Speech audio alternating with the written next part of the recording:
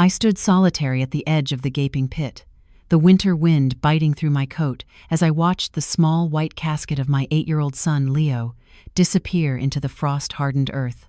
There was no mother holding my trembling hand, no father standing stoic beside me to offer strength, no sister sharing the crushing weight of the sobbing. It was just me, the whistling wind, and the hollow thud of dirt hitting wood, a sound that still reverberates through my nightmares 3 years later. Desperately, I told myself they couldn't make it. A pileup on the interstate due to the ice, a sudden severe flu, a mix-up with the cemetery address. I invented any excuse that made sense, anything to protect myself from the truth. But I was naive. While I was burying my baby, my parents were sitting in a plush, heated law office across the city, finalizing documents with a notary. My sister, Sarah, wasn't crying over her nephew. She was scrolling through real estate apps on her phone, texting our mother photos of granite kitchen islands and walk-in closets. They weren't mourning a tragedy. They were celebrating a windfall. Leo's passing meant that $1.2 million trust fund money his father's wealthy family had locked away specifically for him was suddenly accessible. It was a fortune protected by legal walls I didn't even understand yet. Money meant to give my boy the college education, the security, and the future I never had. But now, that future was buried 6 feet under, and my family saw an opportunity. Within 48 hours, they would appear on my front porch with tuna casseroles, rehearsed sympathy, and a predatory plan to help me manage my burden by transferring that trust into Sarah's name, for her dream home, for her fresh start, for the life they believed she deserved more than I deserved to grieve. They thought I would say yes, just like I had said yes to every demand they'd made for 30 years. They banked on my grief making me weak. They were about to learn what a mother's rage looks like when you mistake her silence for surrender. What happened next didn't just dismantle their plan, it dismantled their lives. And I have the receipts to prove every second of it. Stay with me. You're going to want to see how this ends. My name is Elena Vance. I am 36 years old, a freelance illustrator who works from the quiet corner of a house that feels entirely too large now. Or at least, I used to work. These days, I mostly stare at unfinished sketches, trying to remember what it felt like to care about color palettes or deadlines. I married young to Julian, a man whose family possessed the kind of quiet, old money and Ivy League education that my own family viewed with a mixture of desperate envy and deep suspicion. When Julian died 3 years ago in a highway collision, I thought I had reached the absolute bedrock of grief. I was wrong. There are caverns beneath the bedrock, dark and airless places I didn't know existed until the day I buried our son. The truth of my family's absence at the funeral settled over me like a second skin, heavy and suffocating. This wasn't the first time I had been invisible to them. It was simply the most brutal. I could trace this pattern back through the architecture of my entire life, a history of conditional love that only appeared when I was useful and evaporated the moment I needed something in return. I was 10 years old when I learned that my sister, Sarah, was special and I was merely capable. Sarah received private ballet instruction and new costumes. I was assigned the weekly deep cleaning of the bathrooms and the grocery shopping. Sarah was given the corner bedroom with the bay window that caught the morning light. I was given the converted attic space that baked like an oven in July and froze in January. When I was 17 and tore open the acceptance letter from Northwestern University, my hands shaking with a pride so fierce it hurt, I thought things might change. My father glanced at the financial aid package, frowned, and shook his head. "We can't make up this difference, Elena," he said, his voice devoid of apology. "Sarah needs orthodontics, and she's starting cello lessons next month. Those are investments." My mother had touched my shoulder, her version of sympathy always feeling more like a dismissal. "You're resourceful enough to figure it out," she'd said. "You always land on your feet." So I did. I worked 3 jobs: barista, library shelving, tutoring, took out predatory loans, and scraped together every scholarship I could find. When I graduated with honors, they didn't attend the ceremony because it conflicted with Sarah's high school talent show rehearsal. When I met Julian and introduced him to my parents, people who equated money with moral superiority, their reaction wasn't pride in my happiness. It was pure, distilled resentment. "So, you think you're better than us now?" my mother had asked the morning after I brought Julian home for a tense dinner. "Marrying up into that kind of family, leaving your roots behind?" The accusation stung worse because a small part of me wondered if they were right, if I was abandoning the people who raised me for people who would never truly understand the scraping and saving of my childhood. But Julian's parents had welcomed me with a genuine, enveloping warmth that confused me at first. When we decided to get married, they gently offered to cover the wedding costs. In my desperation to avoid starting our marriage under a mountain of debt, I accepted. I didn't realize until the reception that their generosity was a double-edged sword. During the champagne toast, Julian's mother stood up and publicly thanked everyone for coming, adding how blessed they felt to be able to provide this beautiful day for the children. It was meant to be kind, but it humiliated my parents in front of 200 guests. I saw my father's jaw clench so hard I thought a tooth might crack, and I watched my mother excuse herself to the restroom, not returning for over an hour. They never forgave me for that. Or more accurately, they never forgave Julian's family for making them feel small. That old resentment echoed loudly 3 years later in the freezing air of the cemetery. The morning of Leo's funeral was the kind of gray, bone-deep cold that hurts to breathe. I stood by the graveside in a black dress I'd bought 48 hours prior because grief had stripped so much weight from my frame that none of my old clothes fit. The cemetery was sparsely populated. A few colleagues, some distant relatives from Julian's side, and his Aunt Clara stood at a respectful distance, their faces blurred by my tears and the fog of shock that had wrapped itself around me since the hospital called. But the rows of folding chairs set up for the immediate family remained starkly, painfully empty. I had texted them the service details a week ago. They had all replied with heart emojis and vague promises to be there. I told myself they were stuck in traffic, that there had been an accident on the highway, a mix-up with the GPS, anything that would make sense of this absence.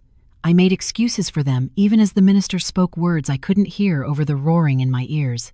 It was then, right in the middle of the closing prayer, that a florist van pulled up to the curb with a screech of brakes that shattered the solemn silence. A young woman in a bright company polo shirt hopped out, carrying a large, ostentatious arrangement of white lilies and roses. She looked confused, checking her phone, then approached the grave hesitantly. "Delivery for the Vance service?" she whispered loudly. One of the funeral home staff quickly intercepted the flowers and placed them near the grave. I watched, numb, as he opened the card and handed it to me. "With sympathy," was all it said in generic printed text from the florist's website.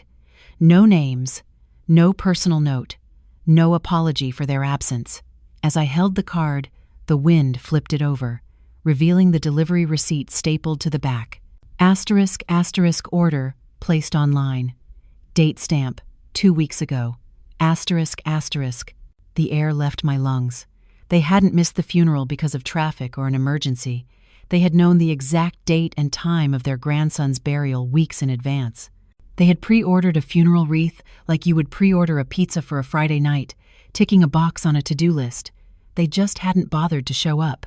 The truth settled over me, heavier than the frozen earth beneath my feet. This wasn't just negligence. It was a statement. As the few mourners drifted away to their cars, escaping the biting wind, the cemetery workers began their task. They moved with an industrial indifference, the mechanical roar of a small backhoe filling the grave, drowning out the quiet sanctity of the moment. It was a sound that grated against my soul, a final, brutal punctuation mark on Leo's life. It was then that a man in a charcoal wool coat approached me, Arthur Sterling, the estate attorney who had managed Leo's trust fund since the day he was born. I had only encountered him a handful of times, usually in sterile conference rooms involving stacks of paperwork and notary stamps, but his presence now felt strangely anchoring amidst the chaos. "Mrs. Vance," he said softly, his breath forming a cloud in the frigid air. "I am so deeply sorry for your loss." I nodded, my throat too tight for speech, grateful he didn't offer a hug I couldn't handle. He waited a beat, assessing my state with sharp, intelligent eyes, before continuing. I know this is the worst possible timing, Elena, but there are urgent matters regarding the trust we need to discuss. Soon, when you are ready. I looked at him, blinking through the haze of exhaustion. My grief-fogged brain struggled to compute why finances mattered when my son was being covered in dirt just yards away. He seemed to read the confusion on my face and stepped closer, lowering his voice to a confidential murmur. The trust was established by Julian's parents specifically for Leo's education and future milestones. It currently holds $1.2 million. You are the legal guardian of those funds, Elena, but you are not the beneficiary. He paused, searching for an analogy. Think of it as a bank vault. You are the security guard standing outside the door.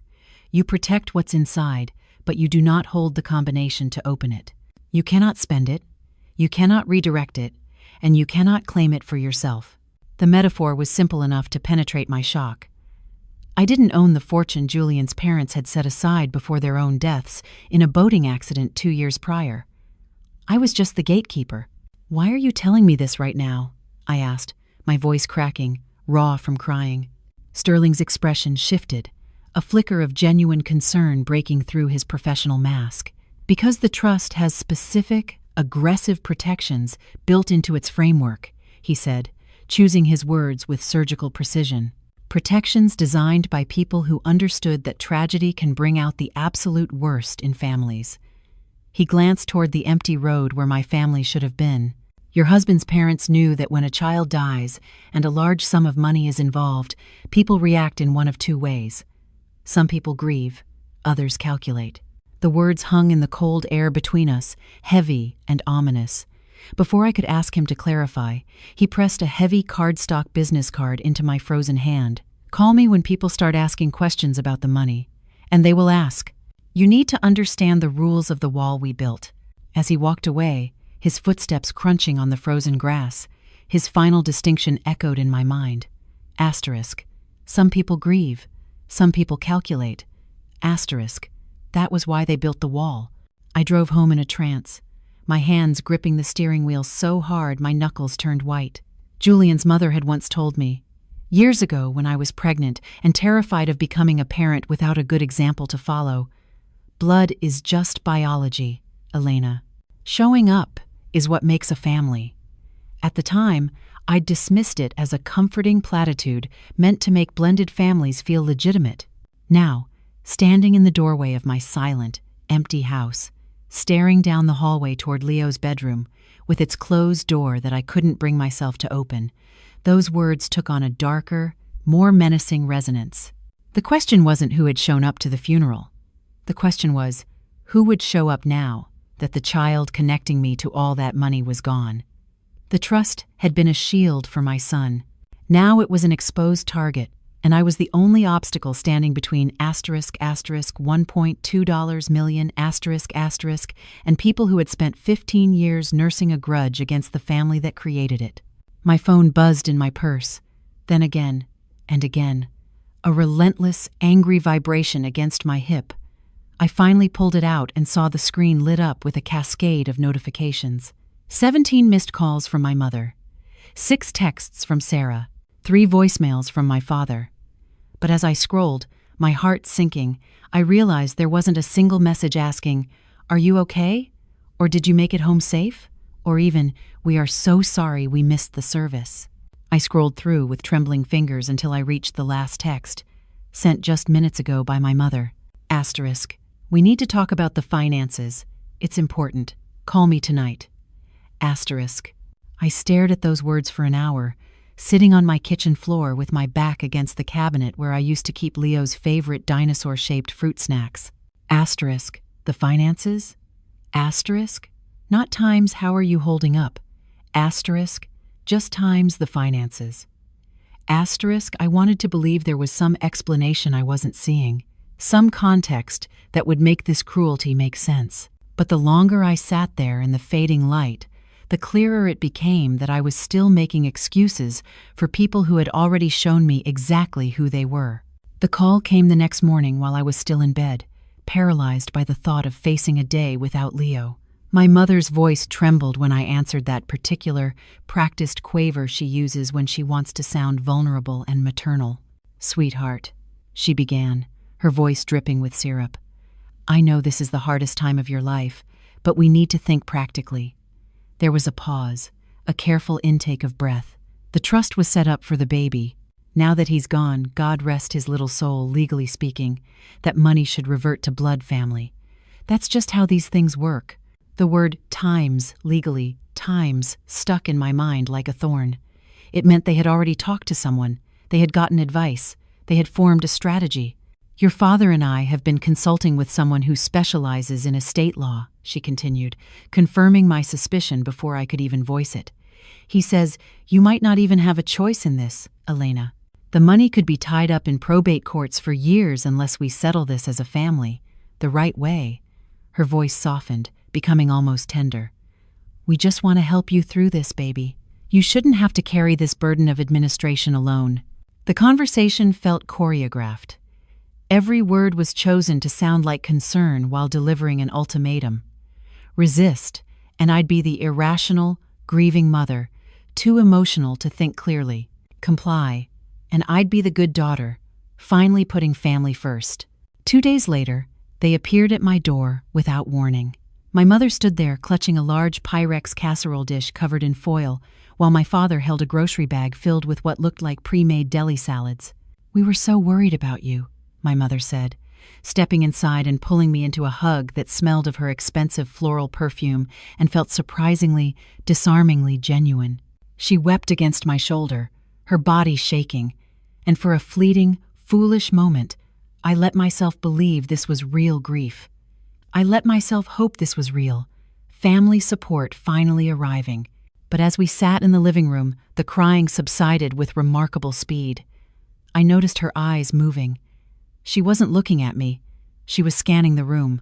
Her gaze lingered on the Italian leather sofa Julian's parents had given us as a wedding gift, then moved to the framed original artwork on the walls, and finally rested on the antique Persian rug Julian's mother had insisted we take from her estate before she died.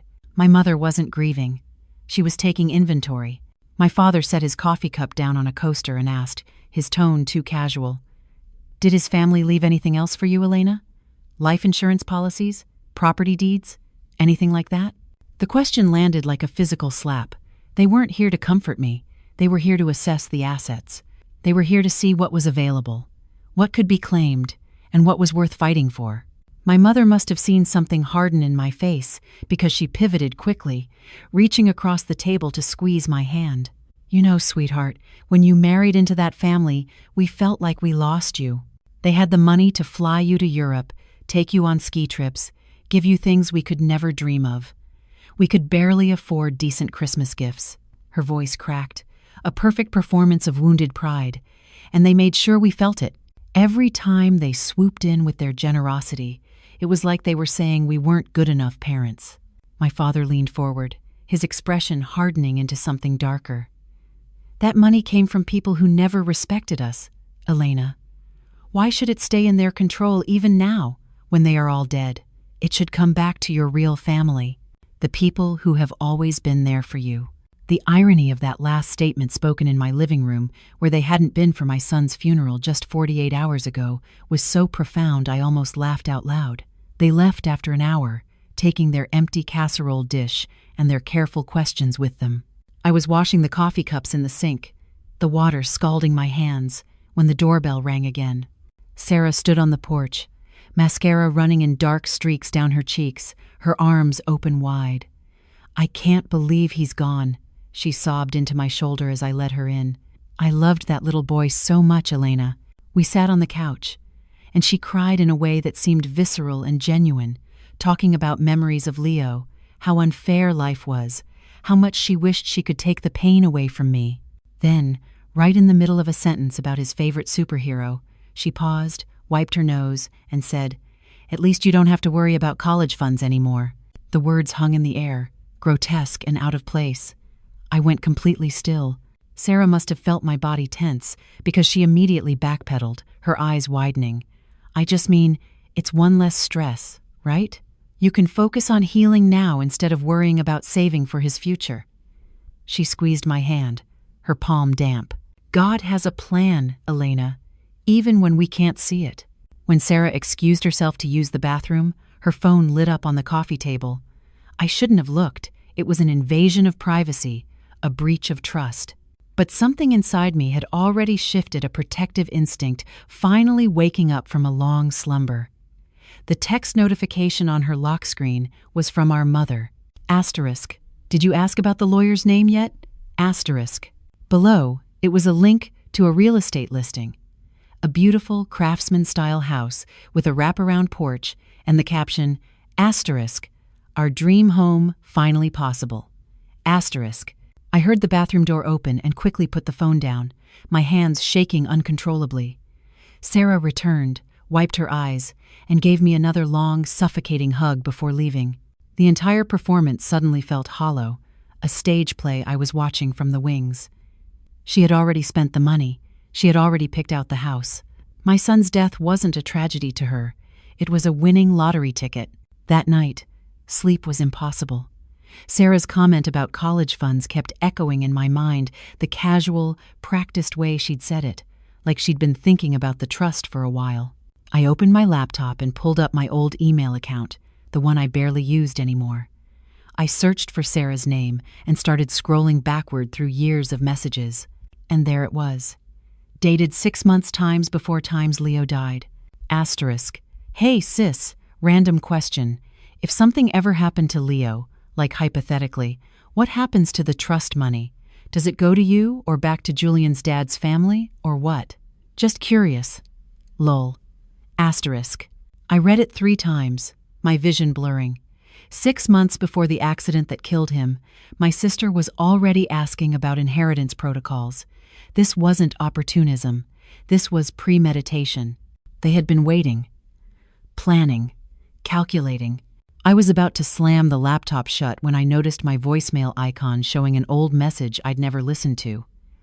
The date stamp made my stomach drop. Asterisk, asterisk, 3 days before the funeral. Asterisk, asterisk. I hit play and heard my mother's voice, casual and clear. "She'll give in. She always does. Just keep pushing the family angle." Then my father's voice in the background, muffled but distinct. "And if she doesn't?" My mother's laugh was soft, almost fond. "Then we go to plan B. Either way, that money is not staying with those people's lawyers." The message ended. It had been meant for my father, accidentally dialed to me instead. I sat in the darkness of my home office, Leo's school photo staring at me from the shelf, and realized my family hadn't missed the funeral by accident. They had been too busy planning how to rob his grave. I didn't sleep for 2 days after I heard that voicemail. I would lie in bed, staring at the ceiling, replaying my mother's words over and over in a loop that burned like acid. Asterisk, "She'll give in. She always does." Asterisk. The worst part was that she was right. My entire life had been a pattern of yielding to their pressure, bending myself into pretzels to keep the peace, sacrificing my own comfort to make them comfortable. When they needed money, I sent it. When they needed me to choose sides in petty feuds, I chose theirs. When they were cruel, I told myself they didn't mean it. But this time was different. This wasn't about me swallowing my pride or keeping family harmony. This was about my son's memory and the people who had loved him enough to protect him, even from beyond the grave. Julian's parents had seen something in my family that I had been too close to see, and they had built walls to keep it out. I picked up my phone and scrolled to Arthur Sterling's contact information, the business card he'd given me at the funeral still sitting on my nightstand, like a talisman. It was early, barely 7 a.m., but I couldn't wait another minute. When he answered, his voice was alert despite the hour, professional, but warm. "Mr. Sterling, this is Elena Vance. I need to ask you something." I paused, trying to figure out how to phrase this without sounding paranoid. Hypothetically, if someone tried to pressure me to redirect the trust funds, what would happen? There was a brief, heavy silence on the other end.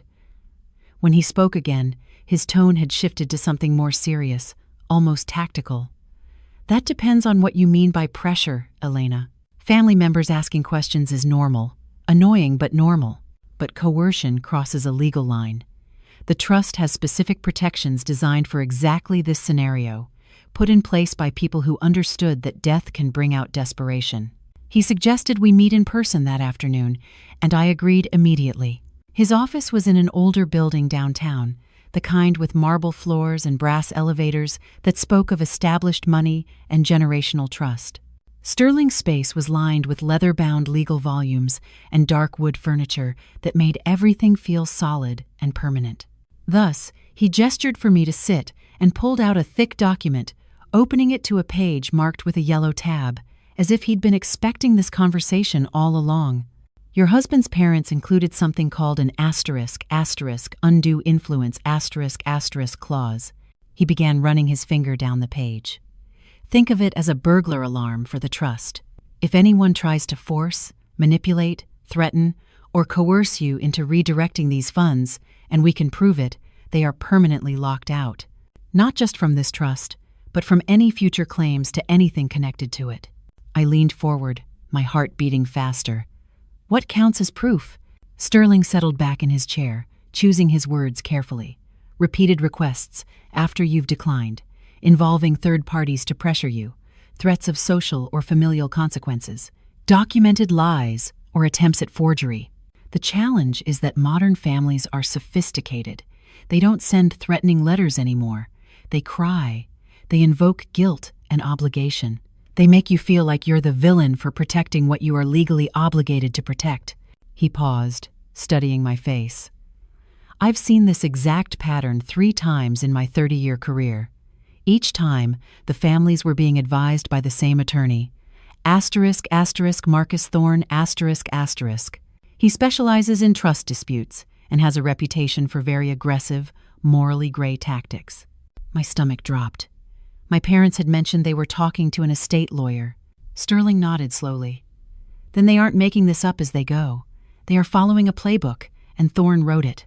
He explained the strategy then, and it felt like learning a new language. Don't refuse outright, he said. That would trigger an immediate court battle I wasn't prepared for. Instead, play along. Act like I was considering their proposal. Ask questions. Let them think they were winning. Every word they say in that false confidence can be documented. Every promise, every pressure tactic, every guilt trip. We record it all. Something shifted inside me as he spoke. For 36 years, I had been the family peacekeeper, the sponge that absorbed everyone else's anger and disappointment to keep things smooth. Now I was being asked to weaponize that exact trait, to use their expectations of my compliance against them. It felt dishonest and necessary in equal measure. That evening, I called my mother back, making sure my voice sounded fragile and uncertain, the perfect imitation of the daughter she thought she could control. I've been thinking about what you said about the trust, Mom, about what's legally right. Maybe you have a point. Can we meet this weekend and talk through the details? The relief in her voice was immediate and telling. Oh, sweetheart, I knew you'd come around. You're doing the right thing, Elena. I promise. This is what's best for everyone. After we hung up, I stared at my phone screen, at the voice recording app that had been running the entire call. I had crossed a line I couldn't uncross, but I had watched them cross it first. For the next 3 days, I prepared. Sterling coached me on questions to ask, things to listen for, ways to let them incriminate themselves while thinking they were winning me over. I practiced sounding grateful and confused, like a grieving mother who just wanted her family's guidance. I was scheduled to meet them on Saturday afternoon, but Friday morning, 2 hours before noon, my phone rang. It was Sterling, and his voice was tight with something I hadn't heard before, anger. I just received a formal letter from Marcus Thorne's firm. They are filing a motion to have you removed as guardian of the trust. The room seemed to tilt on its axis. On what grounds? Sterling's answer made my blood run cold. Mental incapacity, They are claiming you are suffering from complicated grief disorder, that you aren't eating or sleeping, that your emotional state makes you unfit to manage financial decisions. They have signed affidavits from 2 neighbors stating you've appeared unstable and withdrawn. I knew immediately who they meant. Mrs. Patterson, from across the street. My mother's book club friend who'd stopped by last week with soup and asked intrusive questions about whether I was taking medication, whether I was seeing a therapist, how I was coping hour by hour. And Mr. Chen next door, the man my father played cards with every Thursday, who'd commented on how thin I looked, how I wasn't keeping up the yard. They hadn't been checking on me. They had been building a case. The meeting this weekend wasn't a negotiation. It was a stage-managed setup where they would document my instability in front of witnesses. Sterling spoke quietly, almost to himself. They are trying to prove you are incompetent before you can prove they are predatory.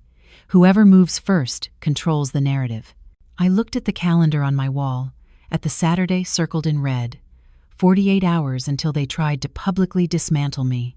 I stood up, feeling something click into place, some part of me that had been sleeping for 36 years finally waking up. Then we moved first. Sterling and I worked through the night. By Friday morning, we had filed not just a response to their mental incapacity claim, but our own motion.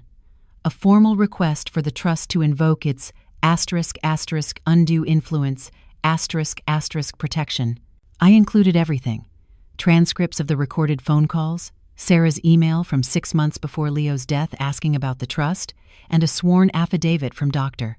Chen, the grief counselor I'd been seeing since Julian died, confirming I was psychologically stable and actively healing. Sterling filed the paperwork at 8 a.m. By 2 p.m. that afternoon, my phone started exploding. My mother left 3 voicemails in 15 minutes, her voice escalating from shock to fury. How dare you accuse us of trying to steal from you after everything we've sacrificed for you?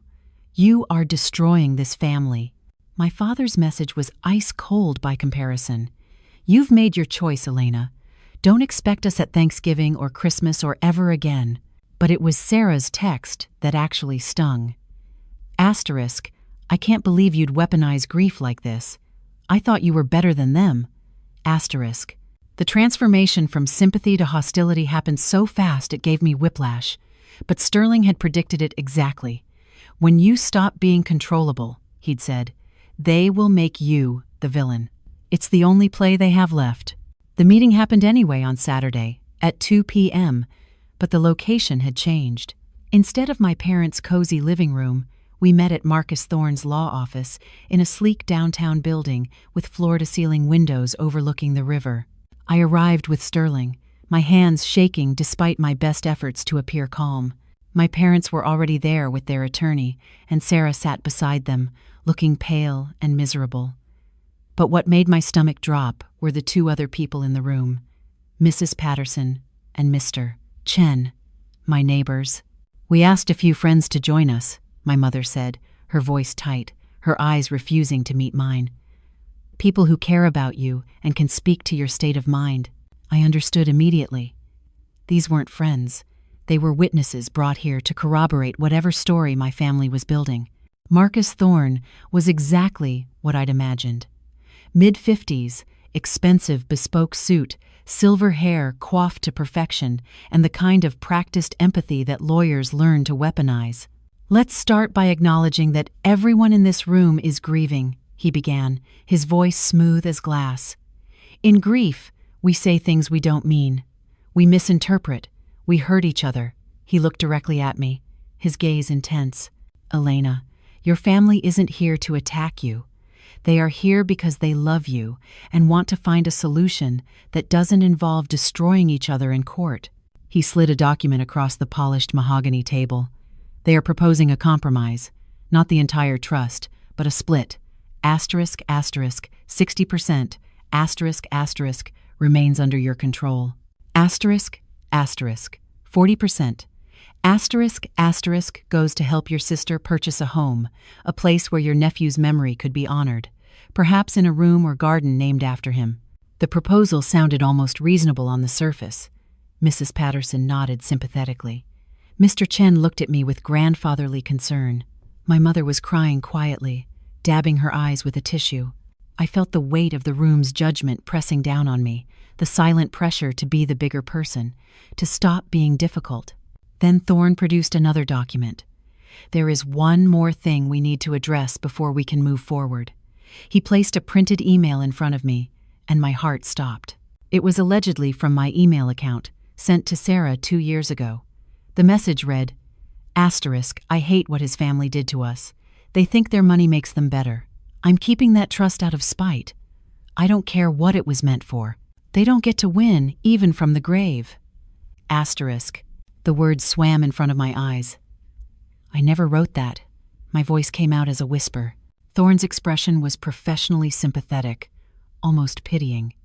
"It originated from your email address, Elena. We have digital forensics confirming authenticity."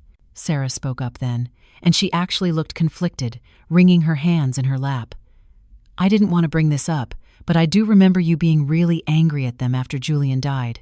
The funeral expenses, the way they took over everything. It was a plausible lie, a devastatingly effective one, and I watched the witnesses absorb it, their sympathy visibly shifting away from me." I looked at Sterling, who was calmly scrolling through something on his phone, his face unreadable. The trap was closing. Whether that email was real or fake didn't matter in this moment. It made me look vindictive, unstable, exactly what they needed to justify removing me. I forced myself to breathe, to think through the panic rising in my throat. Then I spoke for the first time in 20 minutes. "That email is a forgery." Thorne started to respond, a smug smile playing on his lips, but I kept going, my voice gaining strength. "I know it's a forgery because 2 years ago, I was barely functioning. I wasn't sending emails about spite and revenge. But more importantly," I nodded to Sterling. Sterling opened his leather briefcase and placed a bound report on the table with a heavy thud. "This is from a certified digital forensics firm. The email in question was sent from an IP address registered to Sarah Vance's home Wi-Fi network. The metadata shows it was created last week, and backdated." The silence in the room was absolute. Sarah's face went white, her eyes darting to our mother. Thorne recovered quickly, his lawyer instincts kicking in. "That's hardly conclusive evidence of intent," he scoffed, waving a hand dismissively. But Sterling cut him off, his voice sharp as a razor. "It's conclusive enough for a fraud investigation, which I will be filing with the State Bar regarding your involvement in fabricating evidence." Then he delivered the killing blow. "We also subpoenaed phone records. 47 calls between your office and Elena's parents over the past 6 months. The first one was placed 3 weeks before the child died. Thorne's professional mask finally cracked, revealing the panic underneath. My mother stood abruptly, her chair scraping loudly against the floor. "This is outrageous. We won't sit here and be accused of—" But my father's hand shot out, gripping her arm hard. He knew they had been caught. Sterling stood and opened the heavy conference room door. "There is one more person who needs to be here." A woman stepped inside, and I actually gasped. Clara, Julian's sister. I hadn't seen her since Leo's funeral, where she'd been so devastated she could barely stand. She had disappeared afterward, and I'd assumed she needed distance from the grief.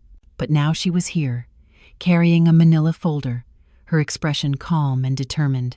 "I've been working with Arthur for the past month," she said quietly, walking to stand beside me. "When we heard what your family was doing, I had to come forward." She placed documents on the table. My complete medical records from Dr. Chen showing healthy, consistent treatment. Bank statements proving I'd never touched a cent of Julian's life insurance money, saving every penny for Leo's future. And then, a letter. Handwritten on cream stationery in the elegant, looping script I recognized instantly as Julian's mother's. Clara read it aloud, her voice trembling slightly. "If Elena's birth family ever tries to claim this money, deny them absolutely. They humiliated us at the wedding, resented our grandson, and will only ever see him as a $. Protect Elena from them, even if she cannot protect herself. The letter was dated a month before she died, notarized and witnessed. She had known. 15 years ago, she had seen exactly who my parents were, and she had built walls to keep them out. Thorne grabbed his briefcase and stood up, his face flushed. "This isn't over. We'll see you in court." But as he reached the door, Sterling's voice stopped him cold. Actually, we'll see you before the ethics board first. Discovery should be very interesting. My father looked at my mother, then at Sarah. For the first time in my life, their united front showed cracks. The mediation hearing happened 3 weeks later. Not a full trial, Sterling explained. That would take years and cost more than anyone wanted to spend. Instead, we sat in a conference room with a retired judge named Margaret Hoffman, a woman in her 70s with sharp eyes and absolutely no patience for theatrics. Thorne tried to spin the forged email as a misunderstanding, called the IP evidence inconclusive. But Sterling had more. He presented a timeline: the calls, the emails, the pre-ordered flowers. The affidavit from my neighbors fell apart when Sterling revealed that Mrs. Patterson owed my father $5,000 and Mr. Chen had been promised a finder's fee if the trust claim succeeded. But the moment that broke everything was when Sarah took the stand. She'd been quiet through most of the hearing, pale and hollow-eyed, and when Sterling asked her directly about the email, she simply crumbled. "Mom told me to do it," she whispered, tears streaming down her face. She had my old password from when I used to check Elena's email during her hospitalizations after Julian died. She said it was the only way we'd get the house. Judge Hoffman's expression went from neutral to stone cold in seconds. Clara testified next, and she addressed what had been lurking beneath everything. "My mother made a mistake at Elena's wedding," she said, her voice steady. "She paid for everything without asking permission first, then announced it in front of 200 people. Elena's parents were humiliated. She looked directly at my parents. My mother died believing she'd ruined Elena's relationship with her family. She never understood that you had turned shame into hatred and hatred into this." My mother finally spoke then, her voice breaking. "You made us feel like nothing, like we weren't good enough." Judge Hoffman responded quietly, leaning over the bench. "So, you decided to take money meant for your dead grandson to regain your pride?" The silence that followed was devastating. The judgment came swiftly. The undue influence clause was activated. My parents, Sarah, and Marcus Thorne were permanently barred from any claim to the trust. Thorne faced a state bar investigation that would likely end his career. Sarah lost the house she'd put a deposit on, and I heard later that the financial strain caused irreparable fractures in her marriage. Word spread through my parents' church and community like wildfire, not because I told anyone, but because these things always spread. They were quietly excluded from family gatherings, not by my decree, but by relatives who were disgusted by what they had done. Clara, Sterling, and I met to decide the trust's future. I proposed converting it into a scholarship fund for children who had lost parents, administered jointly by Clara and me. Leo would have wanted other kids to have the chances he wouldn't get. I also designated a portion to fund grief counseling services for low-income families. Sterling drafted the paperwork, and Clara agreed immediately, tears in her eyes. The money would help others instead of sitting in a vault, and Leo's name would mean something beautiful beyond inheritance disputes. Weeks later, I agreed to meet my parents one final time at a neutral coffee shop downtown. They looked smaller, somehow older and more fragile. My mother tried to apologize, reaching for my hand across the table. "We only wanted what was fair, Elena." I pulled my hand back gently but firmly. "No, Mom. You wanted revenge for feeling small 15 years ago. You used my son's death as an opportunity." My father's eyes filled with tears, the first real emotion I'd seen from him in years. "I understand you were hurt," I continued, my voice steady. "But you turned that hurt into greed. You planned this before he even died. You skipped his funeral for lawyers," I added softly. My mother asked, her voice trembling. "So, we just lose you? Is that it?" I stood up, gathering my coat. "You lost me when you chose money over mourning with me. I'm not angry anymore. I'm just done." On the anniversary of Leo's death, I returned to his grave. The winter frost had given way to spring grass. This time, I wasn't alone. Clara was with me, along with Julian's aunt and uncle, my chosen family. I placed a bouquet of fresh wildflowers on the stone and whispered, "I kept my promise, baby. You're safe now." As I walked back to my car, I passed a young couple at another grave, crying and holding each other, looking lost in the way only the newly bereaved do. I paused, then approached them. "I'm sorry for your loss," I said softly. "If you ever need someone who understands, here's my number."